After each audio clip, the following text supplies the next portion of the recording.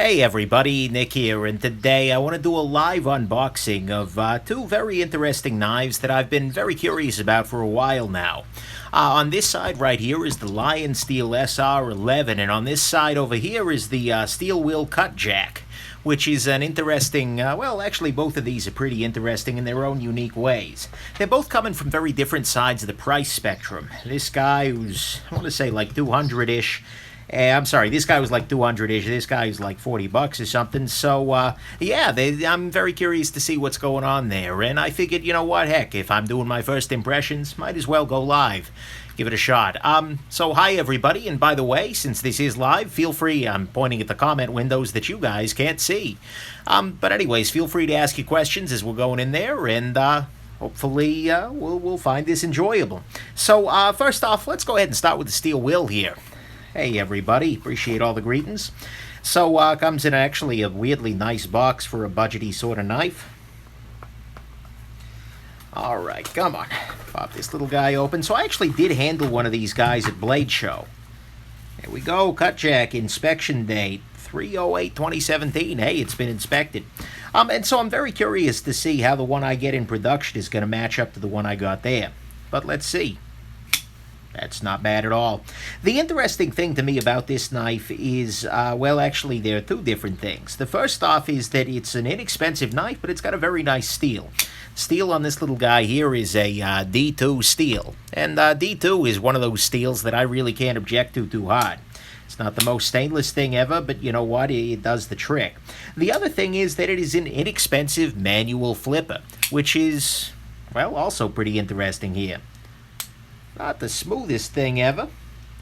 Centering is a little bit off. Not terrible, but it's a little off. But you know what? For the price, I can't really get too bent out of shape with it there.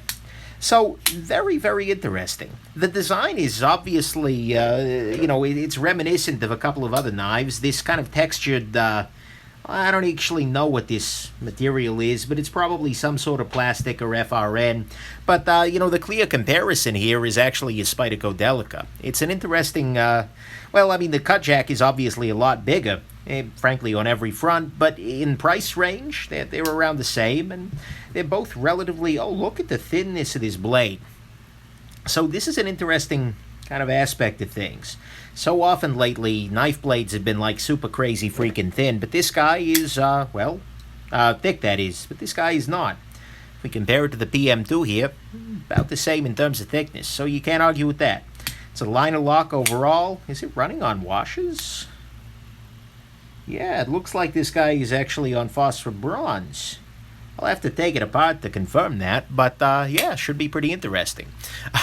Some Bruce McIntyre just says, with great cutting power comes great rustitivity, which I love very much as a phrasing. I got rustitivity, how am I not using that? But that's a comment on the fact that D2 steel is among the less stain-resistant knife steels out there. You know, it's not going to like fall apart. I mean, it's been in a package with no desiccant for God only knows how long, and it seems to be doing okay. But that is absolutely the biggest disadvantage that D2 has relative to other options like, for instance, CTS XHP, which in a lot of ways reminds me of D2. It's just a little more, it's like a stainless D2, if you will. So, yeah, that's an interesting thing there. Sorry, Chopras Beluski just says, Nick, why do you always talk about how small your hands are? Can you just give us the exact dimensions and then I never have to tell you again? That's pretty hilarious. Knowing that was mostly for comedic effect, the thing is, I gotta do my reviews for random jackasses who come in for their very first Nick Shabazz video, and they may not know that I'm, well, hand-wise, a little smaller than some. But actually, in my relatively small hands, this works pretty well. You've got a nice thumb ramp here. Who is it? Somebody just did a review of this. I think Advanced Knife Bro maybe just did a Cutjack video today. So that's kind of cool. But anyways, I mean, it works pretty well, ergonomically speaking, in my hands. The clip is a little weird, but seems to be okay. Oh, good Lord, look at those freaking screws. Hey, ugly alert. Ugly, ugly, ugly, ugly. Take out that screw right there. I am going to go on ahead and I'm going to bet T5? Oh, no, that's just T6. But because it's a very large screw head, it messed with me a little bit. Is that D6? Yeah, it's D6. Okay. Still, I'm going to still make the ugly alert there. I mean, you could do much bigger. And I'm throwing screwdrivers. But anyways, so, yeah, there's your Cutjack. Very interesting, very nice in the hand overall. And for the price, I can see this being pretty compelling. That is. Somebody's asking, hey, Nick, are you going to be doing more watch reviews? Why, yes, as a matter of fact, I am. Right here. Sorry, watching comments go by, some of which I'm not going to go on ahead and repeat. This guy right here, the Omega Planet Ocean, is absolutely getting another review. And in fact, hold on just a second, man. I picked this little guy up recently for review as well. This is the Citizen Corso, which is a very interesting, very inexpensive, well, relatively inexpensive watch. I want to say this goes for like 140, 160, someplace in there. And it's a solar-powered eco-drive sort of affair. Very nice. So, yeah, keep an eye out for that guy coming up soon. But I really do enjoy doing the watch reviews, and I got a lot more planned. So, don't worry. It's not all knives and pens and whatnot. So, yeah, great question there. Tristan Heath says spaghetti. He wants me to say spaghetti and meatballs. So there you go. Congratulations. Hopefully I didn't just say some kind of disguised slur or something like that. But there you go. Solar powered who's he what's it. So there's your Cutjack. The other knife that I got to unbox in some ways is even more interesting to me. This is a Lionsteel knife, and I've reviewed a couple of Lionsteels on the channel before. I've talked about the Lionsteel SR2, and I also talked about the TRE. And the SR2's Achilles heel was that it was running on Teflon and really crappy to disassemble. Well, the SR11 is the kind of the companion to the SR1. The SR1 being the larger size of the two, which is weird. That shouldn't go that direction. But this is Lionsteel's integral handled flipper. Got the handle one at Blade, was reasonably impressed by it, and so decided to pick one up. And actually, the rest of the world was impressed by it too, because actually, I believe this won best, was it Best New Knife or something? Yeah, I think it might have been Best New Knife at Blade Show, or Best something or another knife. And so I'm very, very, very curious to see how this guy is going to go. There we go. Very low budget box. Lionsteel tends to often go overwhelming on the boxes, so some ways I respect that. And here we go. I got the aluminum handle version because honestly for the titanium I just didn't see the price. And the steel on here is Sleipner steel. Oh, that's a nice sounding lockup. Holy crap. You can see here this is very much an integral handle. So it's a big chunk of aluminum here. And got to check the reflectivity there. Sorry. Anyways, this is a big chunk of aluminum right here. And so there are no little cutouts in there. And this knife is running on bearings, which is neat. So let's see how the detent is. There we go. Hey, they did right. Wow, that's actually pretty compelling. In terms of action, not quite as false shotty yet. Oh. But it pops out, and God, I love an integral. I've been playing with a lot of integrals, actually, lately. Actually, I got a couple on the table right here. This is the Benchmade Anthem, which is another integral. This one's made out of titanium. It's the Reich 1508, which is another integral flipper knife. And this is Lionsteel's answer to it. These guys are titanium, this guy's aluminum, but still, interesting little knife. You can see here, this is actually kind of cool. They've done the stop pin right through the handle here, because that's always a big concern in an integral handled knife. How are you going to put a stop pin in there in a frame lock?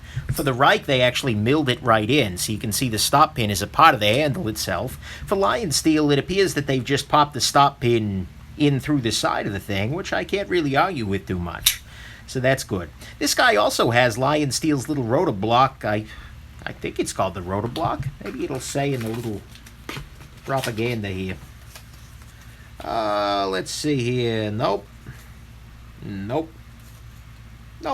Hey, whatever. But it's got that little feature, and what this little guy is designed to roto lock. There we go. Thank you very much, Tristan Heath. What this is designed to do is to automatically, well, not automatically. You have to do it your damn self. But still, when it's in this position, the lock bar is able to be moved straightforwardly. But when it's in this position, there is nothing I can do to press this lock bar open, so at this point, this knife is not coming undone. And so between the locking mechanism, which is keeping the lock bar staying in place, and the integral handle, which is pretty beefy, although with aluminum, maybe perhaps a little less, maybe perhaps, this is going to be very much fixed shut. There's really nothing I could do to close this knife accidentally on myself. I don't think it's a huge deal because, let's face it, on a knife like the Spyderco PM2 or something, there's not a whole lot that's doing to accidentally close the knife on myself. But it's also kind of a pants and suspenders sort of thing. If you know you're going to be doing something stupid with your knife, go on ahead and close this off and you'll be a little bit safer. So there you go. Let's see here. Looking at some of the Sindra Falk actually asks a really interesting question. Why would you? Is there any good reason to go integral rather than just the lead factor he put it as? That's a great question. For me personally, I kind of like integrals from a simplicity standpoint. Because, well, there's only one real screw that you got to give a damn about. It's your detent screw here. I'm sorry, your pivot screw here. And so in that way, there is definitely an improvement. You can take apart your Benchmade the Anthem here with, a matter of minutes. My disassembly video for this guy was like 5 minutes long or something. So that's really nice from that perspective. It also adds a little bit of solidity. Although, I gotta be honest with you here, that solidity may be entirely inside my mind.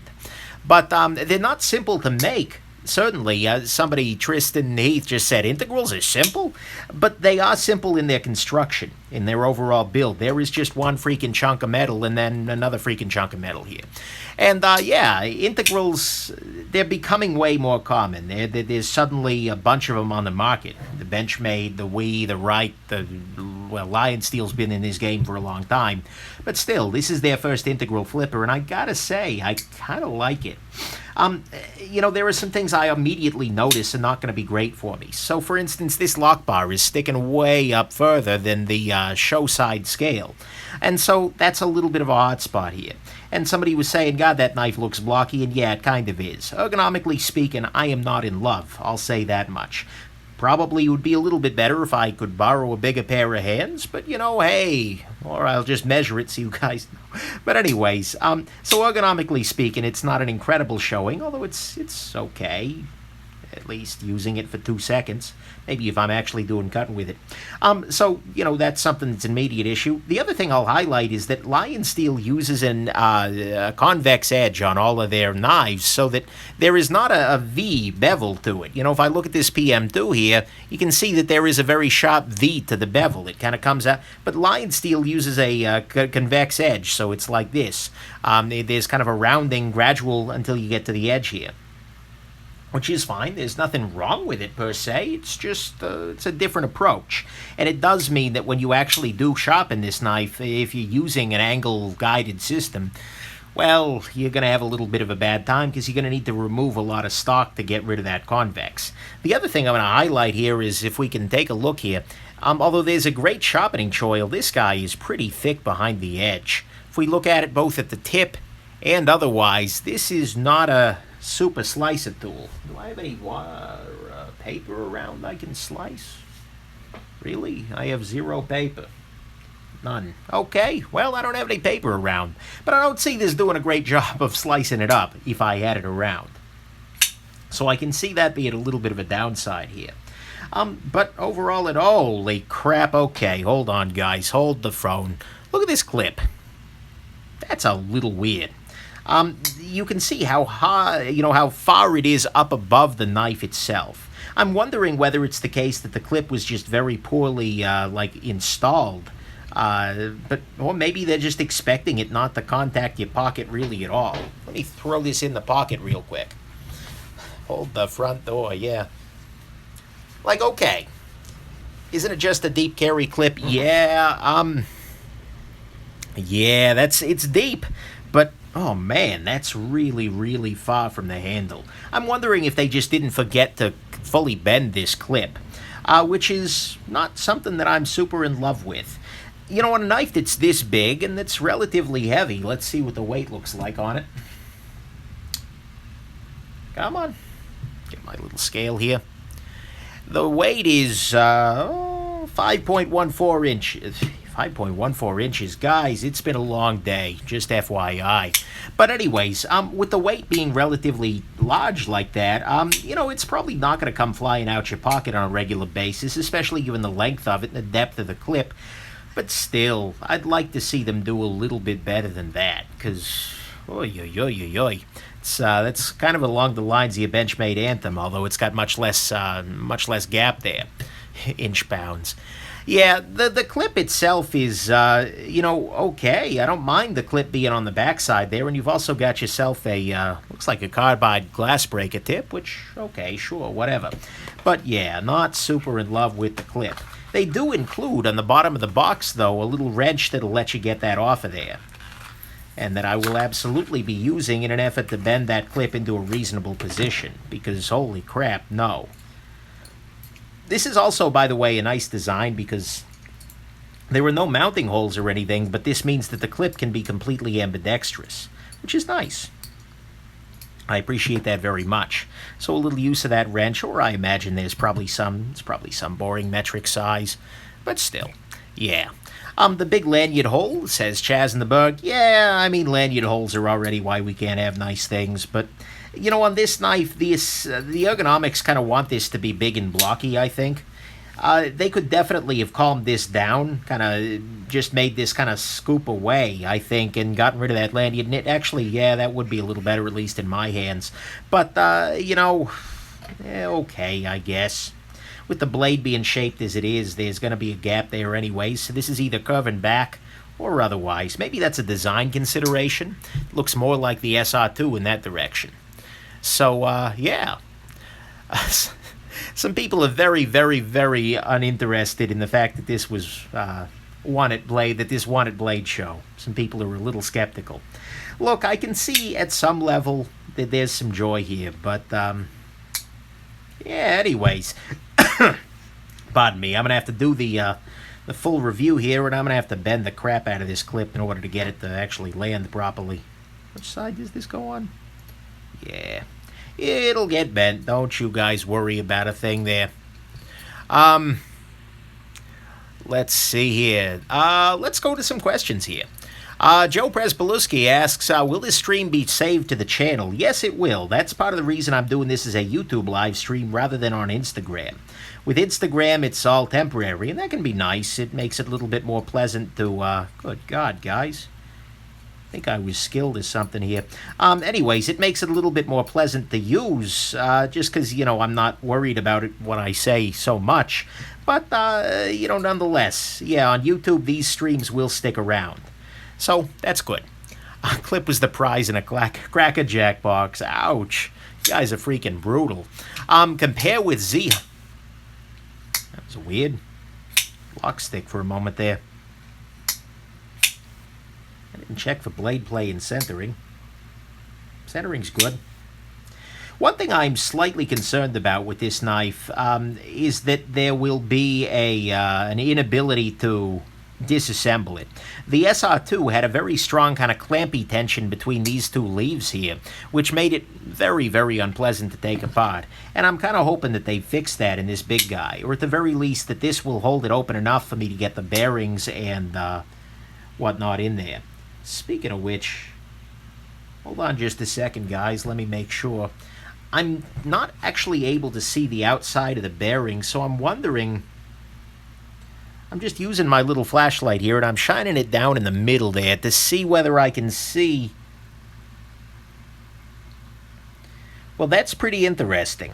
So I can't actually see the edges of the balls, and the reason that's interesting to me is, so if we look at this Benchmade, I don't know if you guys are going to be able to see this really at all, but you can see the entire ball, which means you're going to be able to pop the blade out of this guy pretty straightforwardly. But what I'm worried about is that they may have actually assembled this by using thick bearings that sit in a pocket both on the blade and on the overall the scales, and then kind of stretching the scales around them and then pushing them back together. In that case, this knife is never coming apart. And on a well, God, on a knife on bearings, that's really freaking ugly. Actually, you know what? Nothing ventured, nothing gained. Let's give this a little shot here, shall we? Lock stick, that's an impressive feat. Not really. A lot of people pull it off. Really? Yeah, that's Loctited too. Oh, Lionsteel. Yeah, that's going to need some heat. Well then, it's a little disappointing. What can I say? But hopefully they'll have done a little bit better than... hopefully they'll have done a little better on the disassembly front than the SR2. But unfortunately, Lionsteel and taking things apart have never been great. Great things. So, here we go. I'm getting some Z Hunter size comparisons. Actually, whoa there, as I stab my water bottle. Oh, I didn't stab it. That's good at least. Either way, Z Hunter size comparison right here. Spyderco Delica size comparison right here. Spyderco PM2. So you can see blade length-wise, we're right in the same vicinity here. Yeah, interesting. So, there you go. Did I fix the clip? No, I wasn't able to. I will be able to fix this clip 100%. I just need to be able to pop it off of there and then give it a stronger bend. So I'll use some sort of like a vice grip up here. And then what I'll do is I'll put some kind of rubber around it so that way I'm not hurting the knife itself. Actually, the other thing I could probably... Actually, yeah, perfect. Never mind. I'm not a brilliant man today. Blade steel on this guy is Sleipner. Sleipner is a steel that I'm actually not super familiar with, but it works okay in my experience. So there you go. So, okay, how I'm going to flip this, or how I'm going to bend this clip is I'm going to flip the clip over like this right here. I'm going to use the screw, actually, to hold the other end of it. Oh, come off, you little bugger. Oh, this is why you should never attempt these sorts of things live after a long day. But that's okay. You got to learn. I got some other fun stuff coming up here soon, actually, for the channel. In addition to some interesting loaned gear and a review of the Shiro 111, which will be airing before too long here, I think. Come off it. Here we go. That'll be better. I also have a pair of Al-Mar collaborations by Kershaw that I'll show off the moment I freaking get this working. Guys, you should probably be watching a channel featuring a brilliant man, because at the moment this just ain't showing off well. Why is this screw so damn hard to get in there? I can't be this stupid, can I? Well, that's not a good question to ask. May not love the answer. Okay, stay. Come on. There we go. We're in. All right. Hallelujah. There you go. Kershaw, getting a lot of comments on the Kershaw Al-Mars. Here, why not? Throw those guys on the screen for it. There we go. And here we go. These are the Al-Mar Kershaw knives. These are on load from Frankie and the Bird, and I'm not remembering exactly which one these guys are. I think there's the 35 and the 30, and I don't know what that means. But either way, they're interesting. They were frame locks, unlike most Al-Mars, which are back locks. They're assisted flippers, which is interesting. The steel is regrettably just as bad as the original Al-Mar, which is something to keep in mind. And, overall, I'm looking forward to doing my full review. They've been interesting to carry, that's for sure. All right, so let me tighten this down a little bit more, and then I'll try and use it to bend the clip a little bit. There we go. And kind of gauging by things. Let's give it a little more love. I think that'll do it for me. So I'm just using the holder for the clip itself to rebend it. This is a really good trick, by the way, that you can use. So, yeah. Kyle Miller's asking me, how do I feel about killing the secondary market value with a Feist? I really feel like that's not entirely a fair question there. Because, well, I didn't do it. Kizer did. Sure, it's much harder for people to buy a bad Feist and sell it. And, frankly, it's probably harder for people who have a good Feist to sell it too. And that's regrettable. But the thing is, if you're interested in the Feist, you should still probably... I'd wait if you don't have one already, but picking one up on the secondary market, Kizer should swap it out for you if there's a problem. So, I don't know. Feel bad at some level for people who are losing shirts, but that's not on the Nick, that's on the Kizer. It's a shame, but it's true. All right. Looks like I've got it put over there. Thank you, by the way, to everybody who's answering questions. See, isn't that better? Isn't that prettier? Holy crap, that's tight. Let's see if I can actually get that one in my pocket there. Alrighty. Jim Leahy from Trailer Park Boys is in the channel, which is pretty entertaining. Okay, yep, that works. Although, good God, that's tight in there. There we go. So, getting some good "that's what she said" in there. Yeah. So the clip is now better. They just screwed that up at the factory. That's a real shame, but, you know, such is life. The lack of disassemblability may be the biggest shame here, because if that's true, oh God, that's going to be terrible. Ay, please don't let it be that ugly.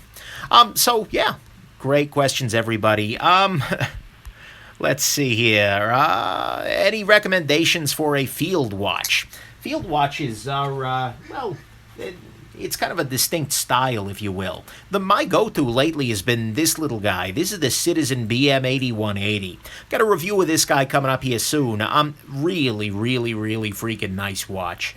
Like in a variety of ways. It's a solar guy. It's date. It's just got a whole bunch of goodness to it, and it's like, you know, someplace between 80 and 120 bucks. You can't argue with that in the least. It's probably my go-to recommendation under like $200 or $300. So that's a great choice right there. There are other great field watches out there, but you know, that one's coming first to mind for me lately. Where'd that Cutjack go? Here we go. So actually, I have another knife that's on my table that's, yeah, more budget watch reviews are coming, absolutely. This is another knife that's on the table. It's very interesting. This is the Böker Patriotica. I'm sorry, the Böker Patriot, which is very clearly taking some inspiration here. I mean, all three of these knives are, well, yeah, we can tell which one of these guys came first. They're all three kind of interesting. They're all doing their own thing slightly differently. The Böker's using a thumb stud, which could be an advantage for if you're a thumb stud kind of guy. Interesting thumb stud too. And the steel is actually better. This is 154 cm as opposed to VG10. This guy, obviously, we were just talking about, has the flipper thing going for it, which is surprisingly good, I'll say. The action on this is pleasant. Absolutely. And, you know, size-wise, the Delica is the smallest. I'm wondering if there's going to be a mini Cutjack coming along here one of these days, because I think that could be even more compelling. But, yeah, they're very interesting little trio right here. I was carrying this guy today, actually. Getting ready to review it. So, yeah, anyways, interesting. Any other questions, guys? I'll do a little bit of impromptu Ask the Nick here. They do have a mini Cutjack, according to Mario Sactron. That's great to hear there, Mario. Very interesting. I'll be curious about that little guy, because assuming it is actually littler, it might be a little more my speed. A little more my speed. And here it is against another relatively inexpensive knife in D2 steel. This is the Ontario Rat number 2. And I'll be very curious, okay, thickness-wise, maybe the Cutjack is a little thinner, although the grind is a little less. Yeah, this is a little thicker behind the edge. Looking at it choil on here. Yeah, and the grind is a little shorter, which is probably why it's a little thicker behind the edge. So these are still going to be very interesting. You know, this is going to be a good comparison here, I think. And then also, hey, what the heck, why not? Another knife that I need to freaking get to reviewing, but I haven't been able to yet, is this little guy right here. This is the EC Avispa. Here, I'll swap it in there as well. This is another D2 bladed, relatively inexpensive sort of knife. So there you go. Very, very interesting knives all around here, and very, very budget friendly. I really do want to keep trying more budget friendly stuff out there. Although, you know, I got a lot of high end too. It's in variety is the spice of life, I suppose. Let's see here. Advanced Knife Bro did just review the mini Cutjack. Oh, did he review the mini or the full size? I forget. You need thumbs like Apostle P to operate this guy. Yeah, I can see it. Jeez. That's a freaking lock bar tension hellscape, isn't it now? Come on now. It pops open okay, but yeah, the close is... It's something all right. Picked up Dewa Real Oil. Yeah, Dewa Real Oil is pretty solid stuff. I tend to use Nano Oil, but the performance level of it is, I like the Nano a little bit more, but if somebody said, Nick, you're never going to be able to use Nano again, you have to go to Dewa, I could live with that. Life goes on. And so if one of them is only available to you, then, keep that in mind. Polyfusi, have I handled a Spyderco Reinhold Rhino? No, I have not. The Rhino is a knife that actually I don't think anybody's handled outside of Spyderco. It's interesting in that it was originally going to be made at their Taiwan factory, which is not the same as their Taichung factory. So the Taiwan factory makes the Spyderco Cat as well as a couple of other budget-minded Spydercos, and well, I've not been super impressed with their work previously, and so hearing that but the problem is the original run of the Rhino didn't go so swinging particularly. It's well, I don't know. They were running on Teflon. Apparently people were just not pleased with them over at Spyderco, and so they decided to pull it from that original factory and send it to Taichung. It's going to be more expensive, but they're upgrading the steel. They're upgrading the washes, the phosphor bronze, and I think it's going to be a better done knife for it. So I'm really excited that they did that, even though it's no longer going to be a budget small compression lock, but it's still going to be pretty damn good. So, yeah, there's the story with the Rhino. Very interesting. Let's see here. Somebody's asking about fluoro finish line grease versus the nano grease versus the CRK grease. So honestly, I use the fluoro grease on my Sebenza. The problem is though, for me, it felt like it dried up relatively quickly. When I used that, after a while, it didn't feel that greased anymore. I'm sure there was some friction relief, but it didn't have that sort of smoothness, that liquidy smooth that I love getting on a Sebenza. And so I ended up taking this guy apart maybe a week or so ago and swapping in back to the nano grease mixed with a little bit of the nano oil 85 weight. And I feel like it's a little smoother now. The nano grease smells like boiled hell, I'll say that.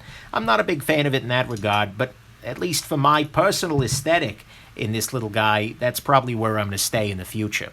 This Chris Reeve fluoro grease I've not been impressed with either because it seems to dry up in the same way. But then again, that's a matter of taste. Many people like very thin greases. Some people like, and on the Sebenza, a lot of people just don't care. So, keep that in mind. Got a Q-Ball last week. No, I haven't had a chance. So Bruce McIntyre is talking about the Spyderco Q-Ball, which is one of the Japanese G10 Spydercos. They tend to be fine knives, but they don't tend to be incredible in terms of value. Hopefully the Q-Ball is an exception. Maybe that Japanese factory is up their game, but that's what's kept me from the Q-Ball, as well as a couple of others. They were who let down the Ouroboros, which was a great, great knife design that was really just not so well done at the factory. So I'm a little disappointed by that. So the Q-Ball isn't something that's immediately on my list, but if it's a great knife, I might check it out someday. But, yeah. Some interesting comments flying around here. Gamma Ray Burst is asking me, CH3504, have I ever handled it? I'm not sure what brand you're talking about here. If you're talking about the Chinese knives, I've only handled the two I had in that video, and I'm not going to go there again. Less because I have a problem with the Chin knives or anything like that, but because I got to draw a line somewhere.